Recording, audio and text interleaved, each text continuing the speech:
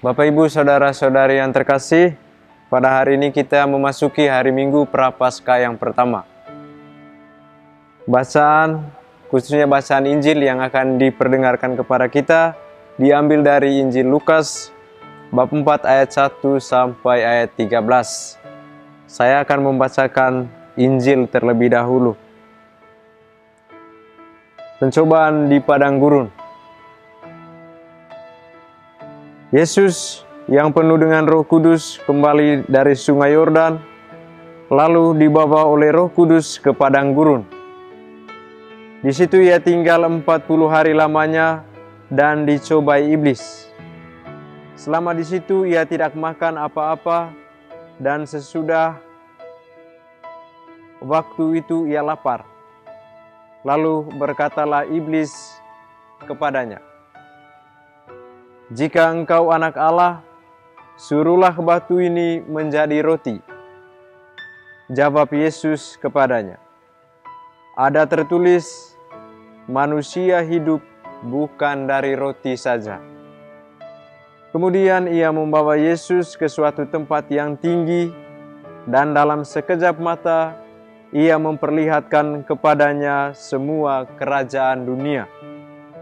Kata iblis kepadanya, "Segala kuasa itu serta kemuliaannya akan kuberikan kepadamu, sebab semuanya itu telah diserahkan kepadaku, dan aku akan memberikannya kepada siapa saja yang kukehendaki.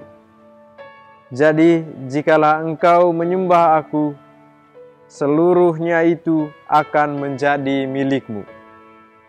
Tetapi Yesus berkata kepadanya, "Ada tertulis, engkau harus menyembah Tuhan Allahmu, dan hanya kepada Dia sajalah engkau berbakti."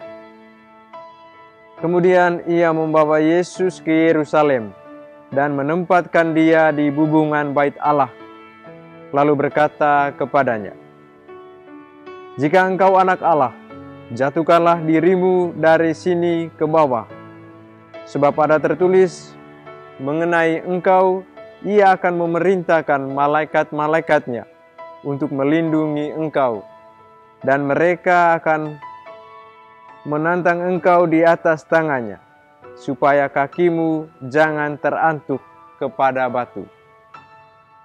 Yesus menjawab, katanya, "Ada firman, jangan engkau mencobai Tuhan Allahmu." Sesudah iblis mengakhiri semua pencobaan itu, ia mundur daripadanya dan menunggu waktu yang baik. Demikianlah sabda Tuhan. Terpujilah Kristus. Bapak, Ibu, Saudara-saudari yang terkasih, salah satu hal yang tak terhindarkan dari kehidupan kita sebagai manusia adalah godaan. Godaan selalu ada dalam hidup kita sepanjang kita ada di dunia ini. Sepanjang peziarahan hidup kita, kita akan pasti selalu menjumpai apa yang dinamakan sebagai cobaan atau godaan dalam hidup ini. Seringkali kita menemukan di dalam diri kita, keluarga, komunitas kita, begitu banyak cobaan yang kita alami. Baik cobaan yang kecil maupun cobaan-cobaan yang berat, yang susah untuk diatasi di dalam hidup kita. Mengalami cobaan dalam hidup merupakan hal yang biasa dan wajar. Akan tetapi, Bapak, Ibu, Saudara-saudari yang terkasih, kalau kita jatuh dan terlarut dalam cobaan, itu namanya kita jatuh dalam dosa. Nah, Bapak, Ibu, Saudara-saudari yang terkasih, lantas apa yang kita buat menghadapi cobaan-cobaan dalam hidup kita? Bacaan-bacaan suci pada hari ini, pada Minggu Prapaskah yang pertama ini, menegaskan kembali kepada kita akan firman Tuhan sebagai kekuatan kita untuk melawan godaan yang kita hadapi di dalam hidup kita. Sabda Tuhan yang selalu ada di dalam diri kita, di dalam hati dan mulut kita, akan membantu dan menolong kita untuk mengatasi setiap cobaan, penderitaan yang kita jumpai, yang selalu menghampiri hidup kita setiap hari. Bapak Ibu saudara-saudari yang terkasih, dalam bacaan pertama kita mendengar bagaimana Allah membebaskan bangsa Israel dari cobaan, dari penderitaan yang berat di negeri Mesir. Bangsa Israel mengalami kekerasan, mengalami perbudakan yang ngeri ketika mereka dibuang ke negeri Mesir. Akan tetapi ketika mereka mengingat kembali akan sabda, akan firman yang telah dijanjikan oleh Allah, yakni bahwa Allah akan menyelamatkan dan membebaskan mereka serta menuntun mereka ke tanah terjanji, maka umat Israel akan terbebas dari perbudakan karena sabda Allah yang mereka ingat, dan sabda yang sama juga yang membuat mereka setia kepada Allah. Maka Allah membebaskan mereka pada akhirnya dan menuntun mereka ke negeri yang berlimpah-limpah susu dan madu, sebagaimana yang kita dengar dalam bacaan pertama dari kitab Ulangan. Nah, dalam bacaan kedua, Bapak Ibu saudara-saudari yang terkasih, Rasul Paulus mengingatkan jemaat di Roma akan firman Tuhan.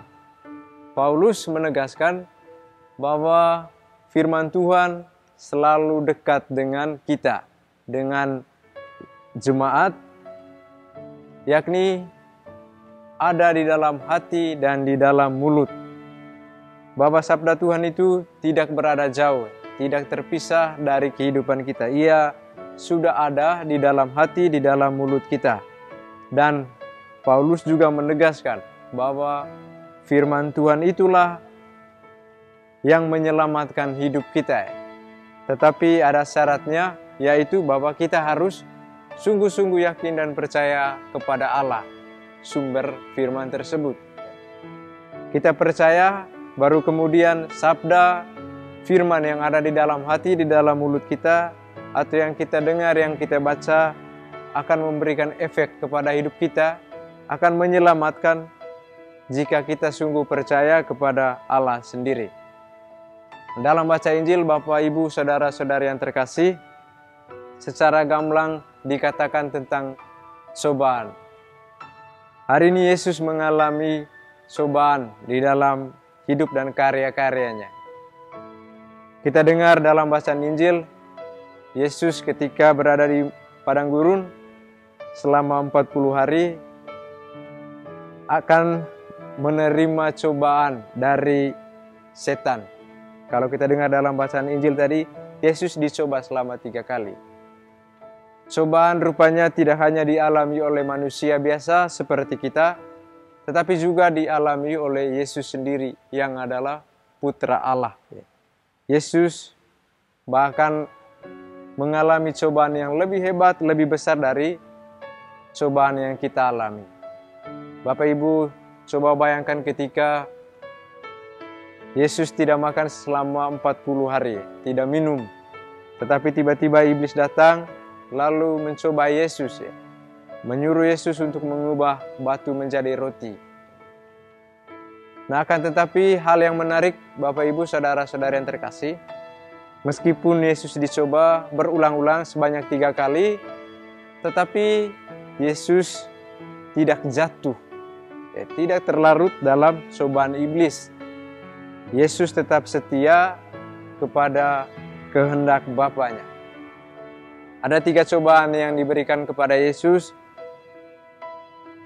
yakni cobaan mengubah batu menjadi roti, terus cobaan untuk menyembah iblis, lalu yang terakhir Yesus disuruh oleh iblis untuk menjatuhkan diri dari hubungan bait Allah.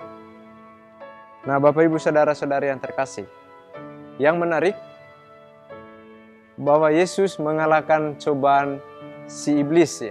Apa yang dilakukan oleh Yesus? Yakni menggunakan firman Tuhan. Kalau kita dengar setiap kali cobaan, Yesus selalu mengalahkan iblis dengan mengatakan ada tertulis atau ada firman. Ya, seperti ketika Yesus mengalami cobaan yang pertama, Yesus mengatakan ada tertulis manusia hidup bukan dari roti saja. Kemudian dalam cobaan-cobaan selanjutnya, Yesus juga selalu menyebut sabda Tuhan, menyebut firman Allah. Nah, dengan firman tersebut, maka Yesus menang atas cobaan, tidak jatuh dalam cobaan-cobaan yang diberikan oleh iblis.